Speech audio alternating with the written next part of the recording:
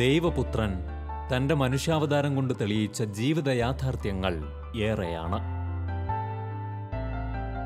ഭൗതിക സമവാക്യങ്ങൾ കൊണ്ട് മനുഷ്യൻ നടത്തുന്ന കണക്കുകൂട്ടലുകൾക്കും അപ്പുറം ദൈവഹിതത്തിൻ്റെയും ദൈവിക ഇടപെടലുകളുടെയുമായ ഒരു തലമുണ്ടെന്ന് അവിടുന്ന് നമ്മെ പഠിപ്പിച്ചു. ദുർബല നിമിഷങ്ങളിൽ ചില പാനപാത്രങ്ങൾ അകന്നു പോകുന്നതിനായി ആഗ്രഹിക്കുമ്പോഴും ദൈവേഷ്ടമെന്നറിഞ്ഞ് സ്വീകരിക്കപ്പെടേണ്ട വേദനകളെ അവിടുന്ന് സ്വന്തം ജീവിതത്തിലൂടെ നമുക്ക് വിവരിച്ചു തന്നു.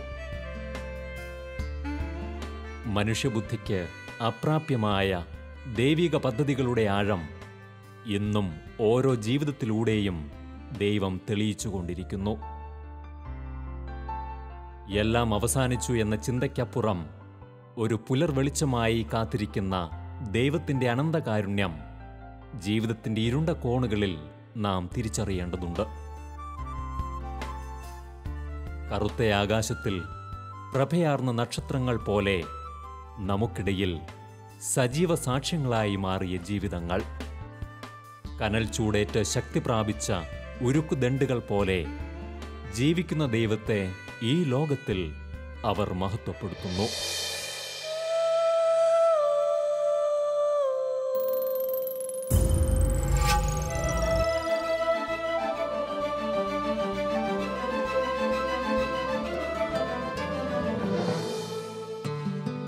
അധ്യാപകനായും വചനപ്രഘോഷകനായും എഴുത്തുകാരനായും തുടങ്ങി എണ്ണമറ്റ മേഖലകളിലൂടെ തൻ്റെ ശുശ്രൂഷാ ജീവിതത്തെ അവിശ്രമം മുന്നോട്ട് നയിക്കുന്ന റവറൻ ഡോക്ടർ മൈക്കിൾ കാര്യമറ്റം വിവരണങ്ങൾക്കതീതനാണ്.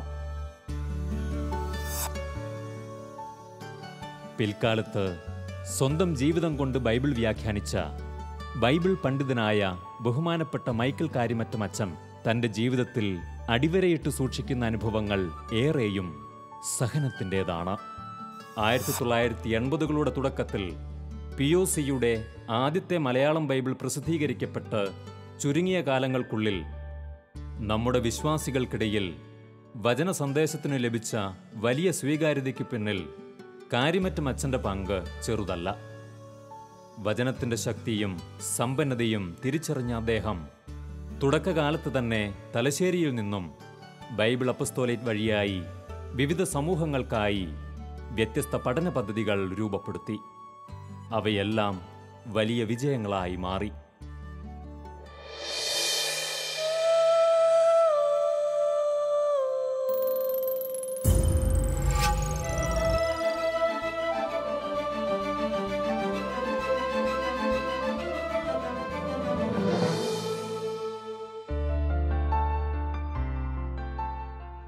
കർത്താവിനെ ചുമലിൽ വഹിച്ച കഴുതയെപ്പോലെ വചനത്തിനായി ജീവിതത്തെ വിട്ടുകൊടുത്ത വിശ്വസ്തനായ ഒരു ശുശ്രൂഷകൻ.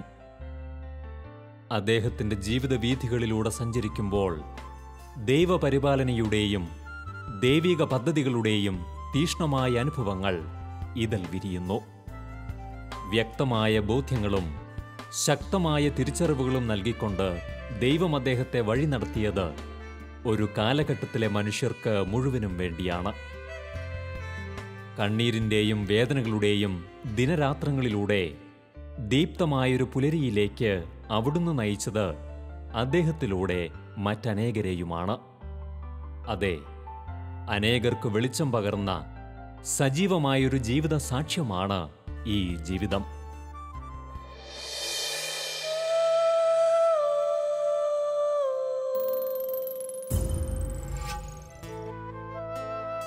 വിശ്രമമില്ലാത്ത ദിനരാത്രങ്ങൾ, കഠിനമായ അധ്വാനം. വചനത്തിനു വേണ്ടി രാവും പകലും അധ്വാനിക്കുന്നത് ബഹുമാനപ്പെട്ട മൈക്കിൾ അച്ഛന് ഹരമായിരുന്നു. തന്നിൽ നിന്ന് ദൈവം ആഗ്രഹിക്കുന്നതിൻ്റെ പരമാവധി നൽകുവാൻ അദ്ദേഹം ആഗ്രഹിച്ചു. എന്നാൽ അടുത്തയൊരു വേദനാജനകമായ പിഴുതെടുക്കലും മാറ്റിനടലും അടുത്തുവരികയായിരുന്നു. ചെറുപ്പകാലത്തിന് ശേഷം ആദ്യമായി ഗുരുതരമായ ഒരു ആരോഗ്യ പ്രശ്നം ആ ജീവിതത്തിൽ തലയുയർത്തി. അത് ആ ജീവിതത്തെ ഒരിക്കൽ കൂടി ഉടച്ചുമാർക്കുവാൻ പര്യാപ്തമായിരുന്നു. ബൈബിൾ കോളേജിൻ്റെ 2ാം വർഷം പകുതിയാകുമ്പോഴേക്കും എനിക്ക് തലവേദന തുടങ്ങി, നടുവേദന തുടങ്ങി. എന്താണെന്ന് അറിയാൻ പാടില്ല. പോയി സ്കാൻ ചെയ്തു. അപ്പോൾ സ്പോണ്ടിലോസിസിൻ്റെ പ്രശ്നമുണ്ടെന്ന് മനസ്സിലായി. പിന്നെ ആകുമ്പോഴത്തേക്കും സാവകാശം ക്ഷീണം വർദ്ധിക്കുന്ന പോലെ തോന്നി 2 വർഷം കഴിഞ്ഞപ്പോൾ. അതിനിടയ്ക്ക് പിന്നെ അവിടെ ഇവിടെ പ്രോഗ്രാംസ് എടുത്തിട്ടുണ്ട്. നോൺ സ്റ്റോപ്പായിട്ട് ഞാൻ പ്രോഗ്രാം എടുത്തിട്ടുണ്ടായിരുന്നു. അപ്പോൾ ഒരു ഏപ്രിൽ മാസമൊക്കെ ആയപ്പോഴേക്കും സംഗതി വളരെ ബുദ്ധിമുട്ടായി. ഞാൻ ബൈബിൾ കോഴ്സ് തുടങ്ങി, ഒരു കോഴ്സ് ആരംഭിച്ചു. അന്ന് അവധിക്കാലമായിരുന്നതുകൊണ്ട് അച്ഛന്മാരെ ഉദ്ദേശിച്ചവരാരെയും കിട്ടിയില്ല സഹായത്തിന്. വരാമെന്ന് പറഞ്ഞിരുന്നവരൊന്നും വന്നില്ല. അപ്പോൾ എനിക്ക് കോഴ്സ് തുടങ്ങുമ്പോഴത്തേക്കും ശക്തമായ തലവേദനയാണ്. ഇപ്പം പണ്ട് മറ്റേതിനേക്കാൾ കൂടുതലായിട്ട് ഒരു ഭാഗത്ത് ശക്തമായ വേദന. എനിക്ക് അതിനിടയ്ക്ക് ഓർമ്മ നഷ്ടപ്പെടാൻ പല കാര്യങ്ങളും പറഞ്ഞു വരുമ്പോഴത്തേക്കും മറന്നു പോകുക. അങ്ങനെ ഇരിക്കുമ്പോഴാണ് എൻ്റെ പെങ്ങളുടെ മകൾ ലിസിയുണ്ട്. അവൾ ബത്തേരിയിലാണ് കല്യാണം കഴിച്ചിരിക്കുന്നത്, ഒരു ജോണി എന്ന് പറഞ്ഞ് കുന്നത്ത്. അപ്പോൾ അവർ രണ്ടുപേരും കൂടി ധ്യാനിക്കാനായിട്ട് ഒന്ന് വന്നു, നേരത്തെ പറഞ്ഞിരുന്നു. അപ്പോൾ എൻ്റെ അടുത്ത് വന്നു. അത് ശനിയാഴ്ച ഒരു ഉച്ച കഴിയുമ്പോഴാണ് വന്ന് എന്നോട് ചോദിച്ചത് എന്തൊക്കെയാണെന്ന് ഞാനത് ഓർക്കുന്നുമില്ല. ചോദിക്കുന്നൊന്നുമല്ല, ഞാൻ മറുപടി പറയാം. അപ്പോൾ അവർക്ക് ആകപ്പാടെ എന്തോ പ്രശ്നം തോന്നി. അപ്പോൾ തൃശ്ശൂർ ഹാർട്ട് ഹോസ്പിറ്റലിൽ വന്നു, സ്കാൻ ചെയ്ത് 1 മണിക്കൂർ കഴിഞ്ഞപ്പോൾ ഡോക്ടർ വന്ന് പറഞ്ഞു, പ്രശ്നം സീരിയസ് ആണ്. ഇത് സ്പോണ്ടിലോസിസിൻ്റെ പ്രശ്നമൊന്നുമല്ല, ഇത് ബ്രെയിനിൻ്റെ പ്രശ്നമാണ്. ബ്രെയിനിൻ്റെ പ്രശ്നമെന്ന് പറഞ്ഞാൽ ഇതൊരു വലിയ ക്ലോട്ടാണ്. അപ്പോൾ സ്കാൻ ചെയ്ത് കണ്ടപ്പോൾ നമ്മുടെ ബ്രെയിനിൻ്റെ ഒരുമാതിരി കോളിഫ്ലവർ പോലെയാണല്ലോ ബ്രെയിനിൻ്റെ 4 ഹാർട്ട് പോലെ 4 അറകളുണ്ട്. ഈ സാമാനം ഇങ്ങനെ ചുരുങ്ങിയിരിക്കുകയാണ്. അപ്പോൾ ഇവിടെ നിന്ന് ഒരു കറുത്ത മുഴ പോലെ വന്നിട്ടുണ്ട്. അപ്പോൾ സ്കാൻ ചെയ്താൽ കാണാം. അപ്പോൾ പുള്ളി പറഞ്ഞ് എൻ്റെ അടുത്ത് കാണിച്ചു, ദിസ് ഈസ് ദ ക്ലോട്ട്. അപ്പോൾ യോഹന്നാൻ പറഞ്ഞവരാണ്, അവൻ വളരുകയും ഞാൻ ചെറുതാവുകയും ചെയ്യണം. അപ്പോൾ സംഭവിച്ചത് ഏതോ ഒരു പ്രത്യേക കാലഘട്ടത്തിൽ എൻ്റെ തലച്ചോറിലെ ചെറിയ ഒരു കാപ്പില്ലറി, ചെറിയൊരു ഞരമ്പ് പൊട്ടി. അതിൽ നിന്ന് സാവകാശം രക്തം വന്നുകൊണ്ടേയിരുന്നു. അപ്പോൾ അതിനുവേണ്ടി പിന്നെ ചില എക്സസൈസൊക്കെ ചെയ്ത് കൂടുതൽ അഗ്രവേറ്റ് ചെയ്തു. അപ്പോൾ അങ്ങനെ ഈ രക്തം യൂസ് ചെയ്ത് പെട്ടെന്നുണ്ടായതല്ല, സാവകാശം വന്നു. അതാണ് ഈ ബ്രെയിനിന് പ്രശ്നം ഉണ്ടായിരുന്നത്. അതിങ്ങനെ ക്ലോട്ട് വലുതാകും തോറും ബ്രെയിനിൻ്റെ ഷേപ്പ് മാറുന്നു, ബ്രെയിനിൻ്റെ ആക്ടിവിറ്റി കുറയുന്നു. അപ്പോൾ ഡോക്ടർ കണ്ടുവന്ന് ഇത് normally you should not have been living. ഇത്രയും വലിയൊരു ക്ലോട്ട് ബ്രെയിനിൽ വെച്ചുകൊണ്ട് ജീവിക്കുക എന്നുള്ളത് അസാധാരണമാണ്. ഇനിയിപ്പോൾ വേറെ ഒന്നും ചെയ്യാനില്ല, നമുക്ക് വേറെ ഒന്നും ഓപ്പറേറ്റ് ചെയ്യാൻ പറഞ്ഞാൽ വേറെ മാർഗ്ഗമൊന്നുമില്ല. പിന്നെ ഒരു ഗുണമുണ്ട്, ഇത് കോർട്ടെക്സിൻ്റെ പുറത്താണ്. ബ്രെയിനിൻ്റെ കോർട്ടെക്സ് എന്ന് പറഞ്ഞൊരു പാടയുണ്ടല്ലോ, അതിൻ്റെ ഉള്ളിലാണെങ്കിൽ കൂടുതൽ ബുദ്ധിമുട്ടാകും. ഇത് പുറത്താണ്, എന്നാലും സംഗതി മോശമൊന്നുമല്ല. Anything can happen. ജീവൻ നഷ്ടപ്പെടാം, അതല്ലെങ്കിൽ ബോധം കംപ്ലീറ്റ് പോകാം, ഓർമ്മ നഷ്ടപ്പെടാം, ഏതെങ്കിലും അംഗത്തിന് ചലനശേഷി നഷ്ടപ്പെടാം. അപ്പോൾ നമുക്കൊന്നും തീർച്ചയാക്കാൻ പറ്റില്ല. അതുകൊണ്ട് എല്ലാവരും പ്രാർത്ഥിക്കുക. ഓപ്പറേറ്റ് ചെയ്ത് കഴിഞ്ഞ് ഒരു ബോധം തെളിയുമ്പം അവർ ഡോക്ടർ പറഞ്ഞപ്പം ഓക്കെ, പ്രതീക്ഷിച്ച പ്രശ്നം ഉണ്ടായില്ല. അപ്പോൾ ഇത് 2 തവണ ഇപ്പം എൻ്റെ ഓപ്പറേഷൻ്റെ ഇവിടെ പുറത്തൊരു ഓട്ടയുണ്ട്. അപ്പോൾ 2 തരത്തിൽ തുറന്നിട്ട് പുള്ളി പറഞ്ഞ് ബ്രെയിൻ സ്കൾ മുടിയൊന്നും തുറക്കേണ്ട കാര്യമില്ല, തുറന്നു. അതെങ്ങനെയാണ് വാഷ് ഔട്ട് ചെയ്ത് എങ്ങനെയാണ് ചെയ്തെന്ന് എനിക്കറിയാൻ പറ്റില്ല, അതായത് പമ്പ് ചെയ്ത് കളയുക. അപ്പോൾ ഞാൻ സാവകാശം ഇമ്പ്രൂവ് ചെയ്തു. എനിക്ക് ഓർമ്മയ്ക്ക് പ്രശ്നമൊന്നും ഉണ്ടായില്ല, ചലനശേഷികളെല്ലാം ഉണ്ട്, ഒരു നഷ്ടവും ഉണ്ടായില്ല. പക്ഷേ ആ കൂട്ടത്തിൽ ഓപ്പറേറ്റ് ചെയ്ത ഒരാൾ വിറ്റ് 2 ദിവസം കഴിഞ്ഞ് മരിച്ചു. അപ്പോൾ ഈ കേസ് കൊണ്ട് തന്നെ വന്ന ഒരുപാട് ആളുകൾ പാരലൈസ്ഡ് ആയിട്ട് എനിക്കറിയാം, മരിച്ചു പോയതറിയാം. അപ്പോൾ ഒരു കടത്ത് കടന്നു. പക്ഷേ ഇതിനേക്കാൾ വലിയ കടത്ത് വരാനിരിക്കുന്നുണ്ടായിരുന്നുള്ളൂ.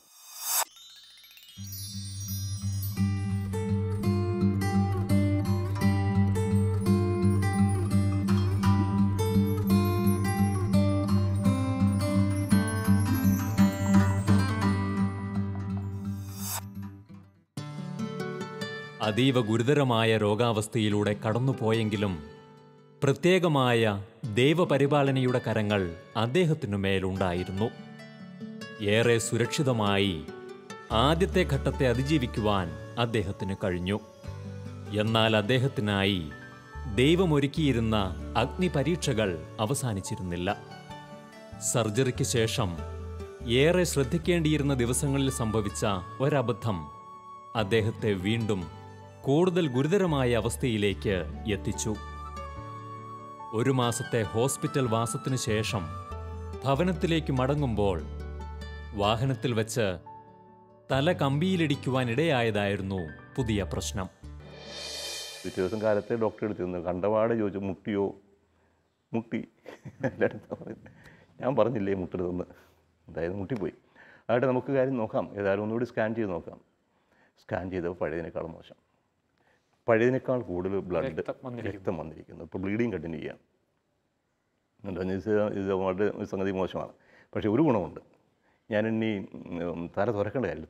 തുളയുള്ളത് കൊണ്ട് സൂചി കയറ്റി വലിച്ചാൽ മതി. അങ്ങനെ എന്നെ കുരിച്ച് നിർത്തി തലയിൽ നിന്ന് വലിച്ചെടുത്തു. നേരത്തേക്കാൾ അതുകൊണ്ട് 2 ഔൺസ് ഫ്രഷ് ബ്ലഡ്, അതുമാതിരി ഒരു നല്ല ബ്ലഡ് വന്നു. പുള്ളി പറഞ്ഞ് സൂക്ഷിച്ചോണം, ഇതിനിപ്പം പഴയ പോലെ സംഗതി ശരിയാവില്ല. അങ്ങനെയൊക്കെ പറഞ്ഞ് ഒരു ഉപദേശമൊക്കെ തന്നു. അവിടെ കിടന്നു. അതൊരു 10 മണിയായപ്പോൾ നടന്നത്. അതൊരു 3 മണിയായപ്പോഴേക്കും സംഗതി ആകപ്പാടെ മോശമാണ്. എനിക്കറിയാൻ പാടില്ല, എന്തോ വല്ലാത്തൊരു ചേഞ്ചസ് എൻ്റെ 2-3 കാര്യങ്ങൾ സംഭവിക്കുന്നു. ഒന്ന്, എനിക്ക് വല്ലാണ്ട് കുളിരുന്നു, പുതപ്പില്ലാൻ. മറുഭാഗത്തു നിന്ന് വേർത്തൊഴുകുന്നു, കുളിരും വേർപ്പും. അതിൻ്റെ കൂടെ എൻ്റെ ഈ കാലിൻ്റെയും കൈയുടെയും വിരലിൻ്റെ അറ്റത്ത് ഒരുമാതിരി മരവിപ്പ് കയറി. വല്ലാത്തൊരു സെൻസേഷൻ, എന്തോ സംഗതി അവസാനിക്കാൻ പോകുന്ന പോലെ ചെയ്യുന്നില്ല തോന്നൽ. പെങ്ങളടുത്തുണ്ടായിരുന്നു, പെങ്ങൾ ഡോക്ടറാണ്. അപ്പോൾ ഇങ്ങനെ പ്രശ്നമുണ്ട്. പുള്ളി നോക്കി കണ്ണൊക്കെ നോക്കി കഴിഞ്ഞപ്പോഴത്തേക്കും പുള്ളി കരാൻ തുടങ്ങി. പുള്ളി ചോദിച്ചാൽ അറിയാം എന്താ സംഭവിച്ചെന്ന്. പുള്ളി ഡോക്ടറെ വിളിച്ചു. ഡോക്ടർ പറഞ്ഞു ഇങ്ങനെ പ്രശ്നമുണ്ട്, ഇമ്മീഡിയറ്റായിട്ട് പ്രഷറും കണ്ടമാനം കൂടുക മറ്റേത്, ഒരു മരുന്ന് കൊടുക്കാൻ പറഞ്ഞു. ഞാൻ ഉടനെ വരാം. മരുന്ന് തന്നു, പക്ഷേ അതുകൊണ്ട് ഉപകാരമൊന്നും ഉണ്ടായില്ല. എൻ്റെ ഈ സിറ്റുവേഷൻ വേഴ്സൺ ചെയ്യാൻ തുടങ്ങി. ഡോക്ടർ വന്ന് ഒരു ഇഞ്ചക്ഷൻ തന്നു. പുള്ളി പറഞ്ഞ് ആയതുകൊണ്ട് എന്താ സംഭവിച്ചെന്ന് അറിയാൻ പാടില്ല, സംഗതി വളരെ സീരിയസ് ആണ്, കൈവിട്ട് പോയി എന്നാ തോന്നുക, അതുകൊണ്ട് ആരെങ്കിലും അറിയിക്കാനുണ്ടെങ്കിൽ അറിയിച്ചോളൂ. പനക്കിലച്ചൻ വന്നു, അവരെ പ്രാർത്ഥിക്കാൻ തുടങ്ങി. തലശ്ശേരിയിലേക്ക് വിളിച്ചു പറഞ്ഞു, പള്ളികളിൽ വിളിച്ചു പറഞ്ഞു, പല സ്ഥലങ്ങളിലും മണിയടിച്ച് പ്രാർത്ഥിച്ചു എന്നാണ് ഞാൻ കേൾക്കുന്നതിനുണ്ട്. അപ്പോൾ വല്ലാത്തൊരവസ്ഥ. ഒരു 3 മണിക്കൂർ നേരം ഞാനിങ്ങനെ ഇവരെല്ലാം നടക്കുന്നുണ്ട്, പക്ഷേ ഞാനിവിടുന്ന് സാവകാശം പിന്നെ പോകുന്ന പോലെയാണ്. എല്ലാം കഴിഞ്ഞു. എനിക്ക് വേദനകളില്ല, വളരെ ശാന്തം, എല്ലാം. ഞാനിവിടുന്ന് ഏതാണ്ട് വിട്ടുപോയ മട്ടായി. അപ്പം മറ്റവരാരും കാണുന്നില്ല. ആരാണ്ടൊക്കെ പിന്നീട് വന്നു എൻ്റെ അടുത്ത്, പഴയ സ്റ്റുഡൻസൊക്കെ വന്ന് പോയിട്ട് ഞങ്ങളൊരു മരണം കണ്ടുവച്ചാൽ പോയെന്ന് പറഞ്ഞു. ആ ഒരു തണുപ്പും ചൂടും വിയർപ്പും ഒരേപടി വന്നുകൊണ്ടേയിരുന്നു. ഉള്ളിൽ ബോധമുണ്ടായിരുന്നു. ബോധം സാവകാശം പോയി, ബോധം നഷ്ടപ്പെട്ടില്ല. അപ്പോൾ ബോധം നഷ്ടപ്പെട്ട് ഞാൻ ഇവിടുന്ന് ഇതുകൊണ്ട് വിട്ടുപോവുകയാണ്. അപ്പോൾ എൻ്റെ ഉള്ളിലുണ്ടാകുന്നൊരു ഫീലിംഗ്, ആരോ വീട്ടിലേക്ക് ക്ഷണിക്കാനായിട്ട് കാത്തു നിൽക്കുന്നു. കം ഹോം, യോ വെൽക്കം. അപ്പോൾ എൻ്റെ തോന്നിയ ഫീലിംഗ്, ഞാൻ 15 കൊല്ലം റോമിൽ പഠിച്ചുകൊണ്ടിരുന്ന കാലത്ത് ഇത് അവസാനമായപ്പോഴത്തേക്ക് എങ്ങനെയെങ്കിലും തീർത്ത് വീട്ടിൽ പോയാൽ മതി എന്നൊരു ചിന്തയുണ്ടായിരുന്നു. തീസൊന്നും തീർത്ത്, കാരണം ആദ്യം വഴി തീസത് അത് പ്രശ്നമുണ്ടായി, മാറ്റേണ്ടി വന്നു. ഉദ്ദേശിച്ചതിനേക്കാൾ കൂടുതൽ ദീർഘിച്ചു, ഒരു തരത്തിലും തീരാത്ത സാഹചര്യം. അപ്പോൾ പണിയെല്ലാം തീർത്തു, ഇനി വീട്ടിൽ പോകാം. അന്നുണ്ടായൊരു സന്തോഷം, ഗോയിങ് ഹോം. അപ്പോൾ അതൊരു വലിയൊരു ശാന്തതയാണ്.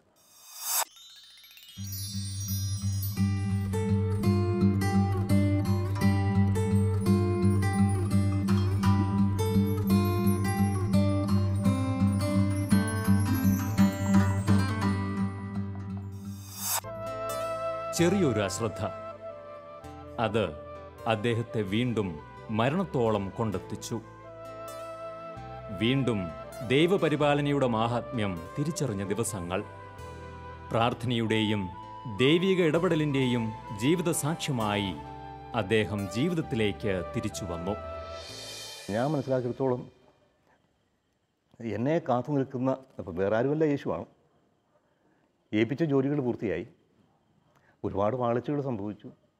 പക്ഷേ പാളിച്ചകളെക്കുറിച്ചോ ചെയ്യാതെ പോയതിനെക്കുറിച്ചോ ഒന്നുമല്ല. എനിക്ക് തോന്നുന്നു ഇപ്പോൾ ആ ധൂർത്തപുത്രൻ്റെ കഥയിലെ പിതാവിനെ കാത്തിരിക്കുന്നത് പോലെ കം ഹോം. അപ്പോൾ വലിയൊരു ശാന്തത, സമാധാനം. ഇനിയിപ്പം വേറെന്ത് തീർന്നു. ഇനിയിപ്പം പിന്നെ ഇവിടത്തെക്കുറിച്ചോ ജീവിതത്തെക്കുറിച്ചോ ഒന്നും ചിന്ത, ഗോയിങ് ഹോം എന്നൊരു ചിന്തയാണ്. ഞാൻ കംപ്ലീറ്റ് വിട്ടു ഇവിടെ. പിന്നെ ചുറ്റുപാട് നടക്കുന്നതാണെന്ന് എനിക്കറിയാൻ പാടില്ല, ഞാൻ ഒന്നും ചിന്തിക്കുന്നില്ല. ഇനിയിപ്പം ഈ ലോകത്തെക്കുറിച്ചൊന്നും ചിന്തയില്ല, സംഗതി വിട്ടമട്ടായി. എത്ര കാലം നിന്നെന്ന് അറിയാൻ പാടില്ല. എനിക്കൊന്നൊരു 3 മണിക്കൂറോളം ആ ഒരു അവസ്ഥയുണ്ടായിരുന്നു. ഞാൻ മരിച്ചു എന്നെല്ലാവരും തീരുമാനിച്ചതാണ്. ഒരു നിയർ ഡെത്ത് എക്സ്പീരിയൻസ് എന്ന് വേണമെങ്കിൽ പറയാം. മരണത്തെക്കുറിച്ചുണ്ടായിരുന്ന എൻ്റെ കാഴ്ചപ്പാടൊക്കെ അതോടുകൂടി മാറി. അപ്പം ഇതിനാ ഭയപ്പെടുന്നത്, എന്നെ സ്നേഹിക്കുന്ന ദൈവത്തിൻ്റെ കരങ്ങളിലേക്കാണ്, എനിക്ക് വേണ്ടി കാത്തിരിക്കുന്നവരാണ്. പിന്നെ ഞാൻ ബൈബിൾ പഠിച്ചതായതുകൊണ്ട് കുറേ കാര്യങ്ങൾ എനിക്കറിയാം. ബൈബിൾ പ്രത്യേകിച്ചും എനിക്ക് ജീവിതം ക്രിസ്തുവാണ്, മരണം നേട്ടമാണ്, ജീവിക്കുകയാണെങ്കിൽ ക്രിസ്തുവിന് വേണ്ടി ജീവിക്കുക, ആ ഒരു പൗലോസിൻ്റെ ലേഖനങ്ങളും എല്ലാം മനസ്സിലുണ്ട്. അപ്പോൾ ഇങ്ങനെ വരുമ്പോഴത്തേക്കും ഈ ഒരു വലിയൊരു ശാന്തത, അതിന് മുമ്പ് ഒരിക്കലും അനുഭവിച്ചിട്ടില്ലാത്ത വലിയൊരു സന്തോഷം എന്ന് പറയാനില്ല, ഇറ്റ്സ് എ പീസ്, വളരെ സ്വസ്ഥത, ശാന്തത. അങ്ങനെ അത് കഴിഞ്ഞ് പിന്നെ അവർ എന്തൊക്കെയോ ചെയ്തു, ഇഞ്ചക്ഷനെല്ലാം കൊടുത്തു, സാവകാശം പിന്നെ ഒരു സെൻസേഷനിലേക്ക് തിരിച്ചു വന്നു.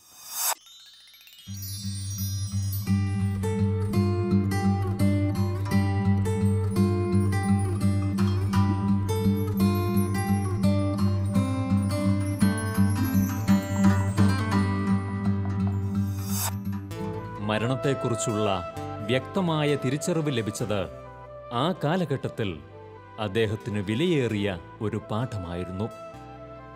എല്ലാം അവസാനിപ്പിച്ച് സ്വഭവനത്തിലേക്ക് മടങ്ങുവാനുള്ള നിമിഷങ്ങൾ കൺമുന്നിലെത്തിയത് വിലയേറിയ ഏറെ ബോധ്യങ്ങൾ അദ്ദേഹത്തിന് പകർന്നു നൽകി. ജീവിതത്തിനും മരണത്തിനും മരണാനന്തര ജീവിതത്തിനും സ്വന്തം അനുഭവങ്ങളിലൂടെ തന്നെ നിർവചനം പകരാനായത് തുടർന്നുള്ള അദ്ദേഹത്തിന്റെ ജീവിതത്തെയും പ്രവർത്തനങ്ങളെയും ശക്തമായി സ്വാധീനിച്ചു.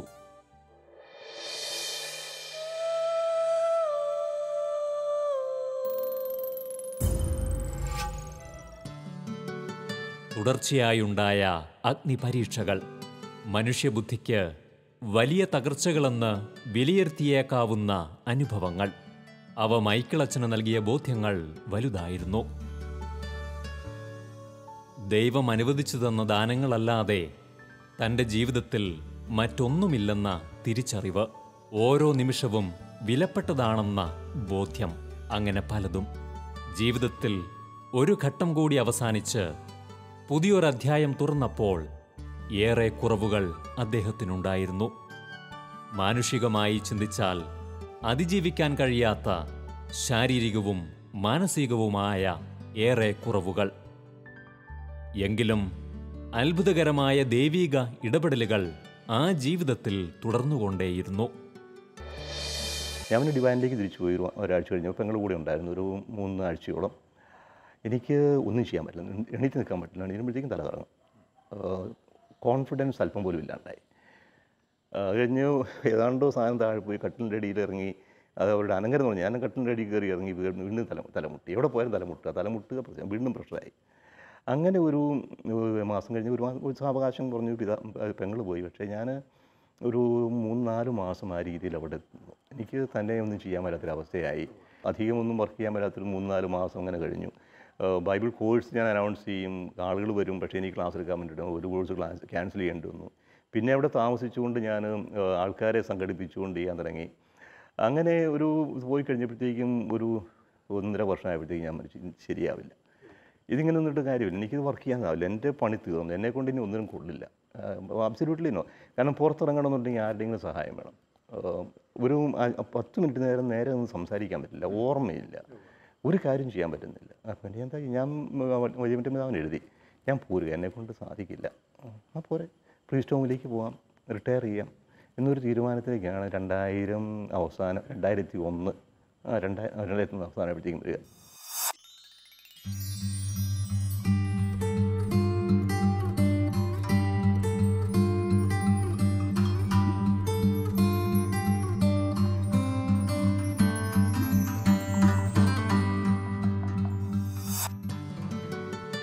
ബഹുമാനപ്പെട്ട മൈക്കിളച്ചൻ്റെ ജീവിതത്തിലെ നിർണായക ഘട്ടങ്ങളിൽ ദൈവനിയോഗമെന്ന ഇടപെട്ടിട്ടുള്ള അനേകം വ്യക്തിത്വങ്ങളുണ്ട്.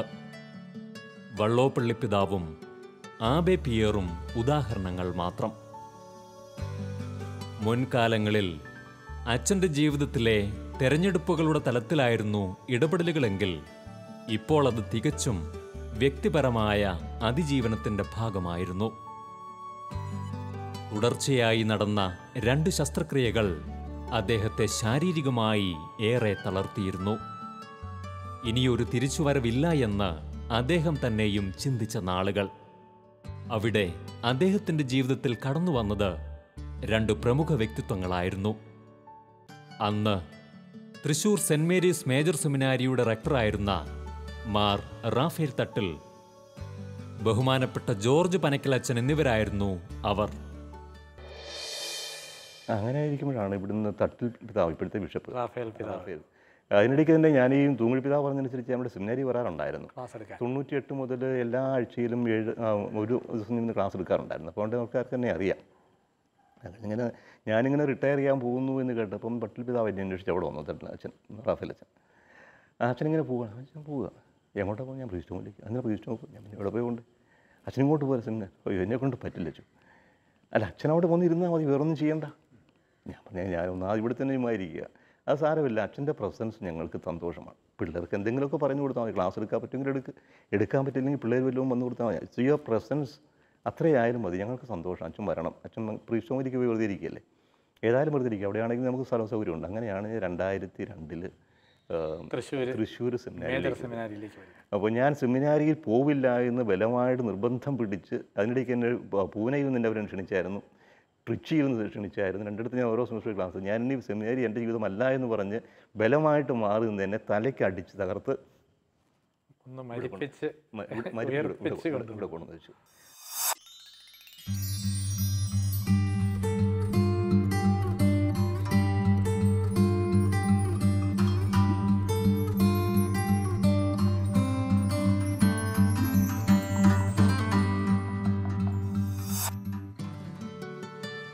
ബഹുമാനപ്പെട്ട മൈക്കിൾ അച്ഛൻ്റെ ജീവിതത്തിലെ വൈരുദ്ധ്യങ്ങൾ ഒരിക്കലും അവസാനിക്കുന്നതല്ല.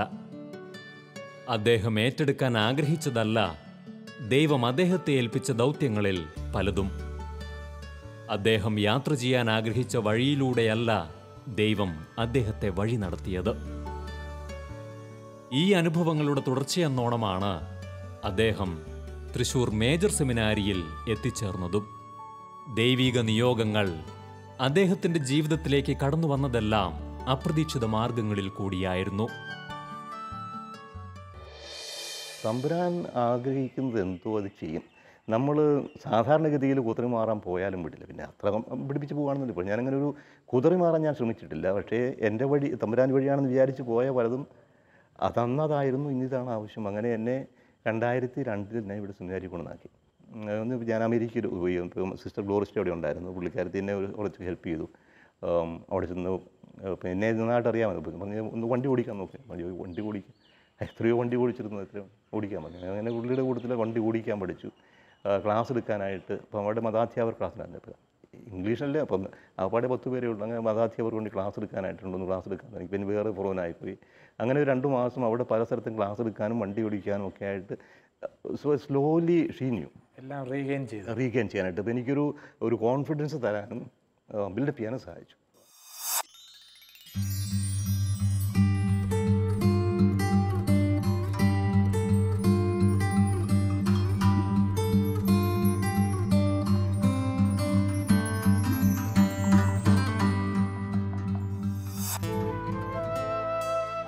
ഡിവൈൻ ടിവിയിൽ ആദ്യകാലം മുതൽ സജീവ സഹകാരിയായിരുന്ന ബഹുമാനപ്പെട്ട മൈക്കിളച്ചൻ്റെ ടെലിവിഷൻ രംഗത്തെ തുടക്കവും രോഗാവസ്ഥയുമായി ബന്ധപ്പെട്ടതാണ്. ആത്മവിശ്വാസം പോലും കൈവിട്ട് നിരുന്മേഷനായി തീർന്നിരുന്ന മൈക്കിളച്ചനെ ബഹുമാനപ്പെട്ട പനക്കിലച്ചനാണ് കൈപിടിച്ചു നടത്തി മികച്ചൊരു TV പ്രഭാഷകനാക്കി മാറ്റിയത്.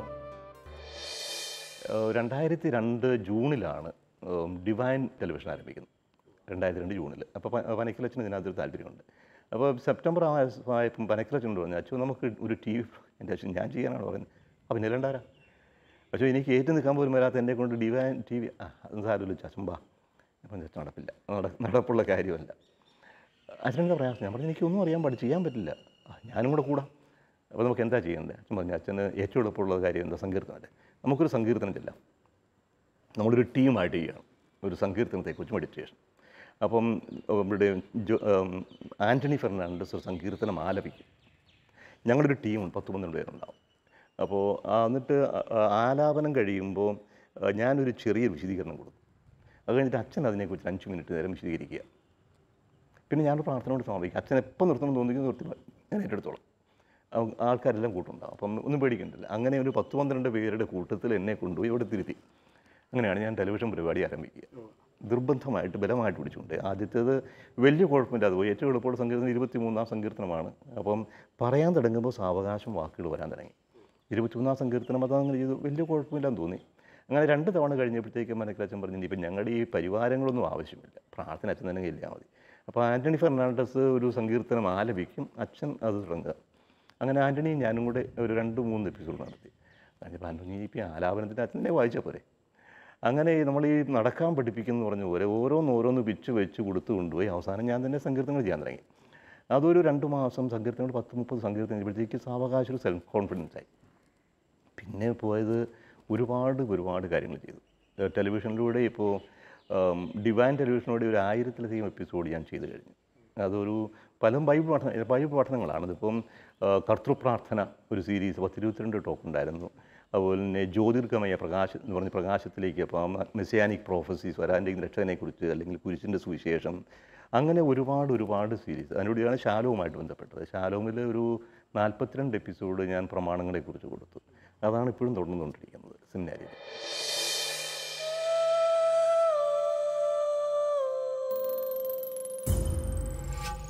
എൻ്റെ പബ്ലിക്കേഷൻ എഴുത്ത് കംപ്ലീറ്റ് നിന്ന് പോയായിരുന്നു. ഡിവൈനിൽ ഒരു പണി നടന്നില്ല, ഇവിടെ വന്നിട്ടാണെങ്കിലും ഇല്ല. അങ്ങനെ ഇരിക്കുമ്പോൾ ഈ സിസ്റ്റർ ഗ്ലോറിസ്റ്റ് തന്നെയാണ് വീണ്ടും ഒരിക്കൽ കിളിയന്ത്ര ഒരു സിസ്റ്റർ ടീന ഉണ്ട്, സിസ്റ്റർ ടീന ആലവേലി, അവരോട് പഠിപ്പിക്കുക. അപ്പോൾ ടീന സിസ്റ്റർ ഗ്ലോറിസ്റ്റോട് പറഞ്ഞു, ഇവിടെ ഈ സ്പിരിറ്റ് ജീസുകാരനൊരു പരിപാടി വന്നിട്ടുണ്ട്, ആൾക്കാരെല്ലാം അതിൻ്റെ പുറകെ പോവുകയാണ്. മരിച്ചവരോട് സുവിശേഷം പ്രസംഗിക്കണം, മരിച്ചവരുടെ ആത്മാക്കളെ മാനസാന്തരപ്പെടുത്താൻ മതി, അതിനെക്കുറിച്ച് വല്ല എഴുതാൻ പറയാമായിട്ട് വെച്ചിട്ടുണ്ടെങ്കിൽ അതിൻ്റെ പിന്നെ എന്നെ കൊണ്ടാവില്ല, എഴുത്ത് ഞാൻ പണ്ടേ നിർത്തുകയാണ്, ഇനി എഴുത്തില്ല. അത് ശരിയല്ല, എഴുതണം നിർബന്ധമായി, രണ്ടുപേരും കൊണ്ട് നിർബന്ധിച്ചിരുന്നു. പിന്നെ ഞാൻ വല്ലൊരു ലേഖനം എഴുതാമെന്ന് പറഞ്ഞ് തുടങ്ങി. ഞാൻ ആദ്യം ഇതാ നിൻ്റെ അമ്മ എന്ന മാസികയെല്ലാം കൊണ്ട് പെറുക്കിയെടുത്തു, എഴുതി വന്നപ്പോഴത്തേക്ക് ഒരു 150 പേജുള്ളൊരു പുസ്തകമായി. അങ്ങനെയാണ് 2004 എഴുത്ത് വീണ്ടും ഞാൻ ആരംഭിക്കുക. ആദ്യത്തെ പുസ്തകം ഏതായിരുന്നു? ആദ്യത്തെ പുസ്തകം ആത്മാക്കളുടെ ലോകം. അപ്പോൾ ഞാൻ അവിടുന്ന് തലശ്ശേരി വെച്ച് 97 നിർത്തിയ എഴുത്ത് പ്രസ്ഥാനം 7 വർഷങ്ങൾക്ക് ശേഷമാണ് വീണ്ടും ആരംഭിക്കുക. അങ്ങനെ സാവകാശം ഒരു സെൽഫ് കോൺഫിഡൻസ് ആയി തമ്പുരാൻ ഓരോന്നോരോന്ന് ചെയ്യാൻ തുടങ്ങി. അപ്പോൾ വചനോത്സവക്കാരനോട് ആവശ്യപ്പെട്ടു, വചനോത്സവത്തിനുവേണ്ടി ഒരു ലേഖനം കൊടുക്കണം. പിന്നെ അസീസി മാസികയ്ക്കായി, സൺഡേ ശാലോമിൽ തീർത്ഥാടനം എന്ന് പറഞ്ഞ പരിപാടി തുടങ്ങി, സംശയങ്ങളായി. അങ്ങനെ അവിടെ കൊടുത്ത ലേഖനങ്ങൾ പലതും കൂടി പുസ്തകങ്ങളായി. ഇപ്പോൾ ഒരു 10-12 പുസ്തകങ്ങൾ ഞാൻ ഇതിനിടയ്ക്ക് പബ്ലിഷ് ചെയ്തു. അതിനുശേഷം പബ്ലിഷ് ചെയ്ത് ഏറ്റവും അവസാനമായിട്ട് പബ്ലിഷ് ചെയ്തത് പരാജിതരുടെ സുവിശേഷം എന്നൊരു പുസ്തകമാണ്.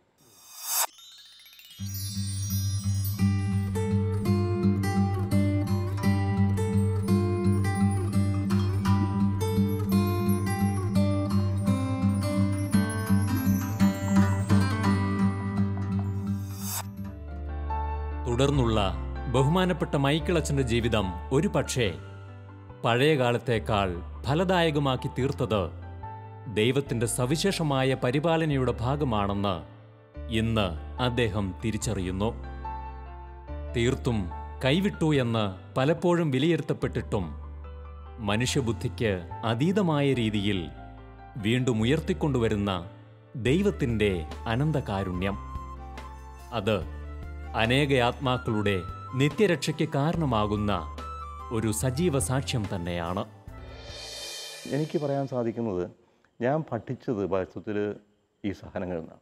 വർഷങ്ങളോളം ബൈബിളും പുസ്തകങ്ങളും വായിച്ചും പഠിച്ചും കേട്ടതിനേക്കാൾ കൂടുതൽ ഈ സഹനത്തിൻ്റെ പാഠങ്ങൾ എന്നെ ഒത്തിരി പഠിപ്പിച്ചു. അപ്പോൾ അതൊരു ബോധ്യങ്ങളായി മാറുകയാണ്, അറിവിനേക്കാൾ കൂടുതൽ അനുഭവങ്ങൾ എന്നെ ബോധ്യത്തിലേക്ക് നിൽക്കുന്നത്. അപ്പോൾ അങ്ങനെ വരുമ്പം നമ്മൾ കർത്താവിൻ്റെ കയ്യിൽ ഉപകരണം ആണ്. ആ ഉപകരണത്തെ സംബന്ധിച്ച് ഒരു കാര്യമേ ഉള്ളൂ. ഉപകരണം ഇപ്പം ഏഷ്യായുടെ പുസ്തകത്തിലുണ്ടേ, അസ്ത്രം പോലെ തേച്ചുമിനിക്ക് അസ്ത്രം പോലെ ഞാൻ നിന്നെ എൻ്റെ ആവനാഴിയിൽ സൂക്ഷിച്ചു. അസ്ത്രത്തിന് ഒരേ ഒരു കാര്യമേ ചെയ്യാനുള്ളൂ, മൂർച്ചയുണ്ടാകും. എയ്യുന്നത് അസ്ത്രമല്ല, വില്ല് കുലയ്ക്കുന്നതും എയ്യുന്നതൊക്കെ വില്ലാളിയാണ്. എവിടെ ചെയ്താലും തറച്ചു കൊള്ളാൻ മാത്രം മൂർച്ച ഉണ്ടായിരിക്കണം. അപ്പോൾ ഉപകരണമല്ലല്ലോ ഉപയോഗിക്കുക. ഉപകരണത്തിന് എഴുത്തിന് ആണെങ്കിൽ തമ്പുരാൻ തരുന്നത്, ഞാൻ നേരത്തെ പറഞ്ഞതാണ്, എനിക്ക് എഴുത്തിൻ്റെയും പറച്ചിലിൻ്റെയൊക്കെ കാര്യം ഇത്രയാണ്. പക്ഷേ എന്നിലൂടെ ദൈവം പ്രവർത്തിക്കുന്നത് എനിക്ക് വളരെ വ്യക്തമാണ്.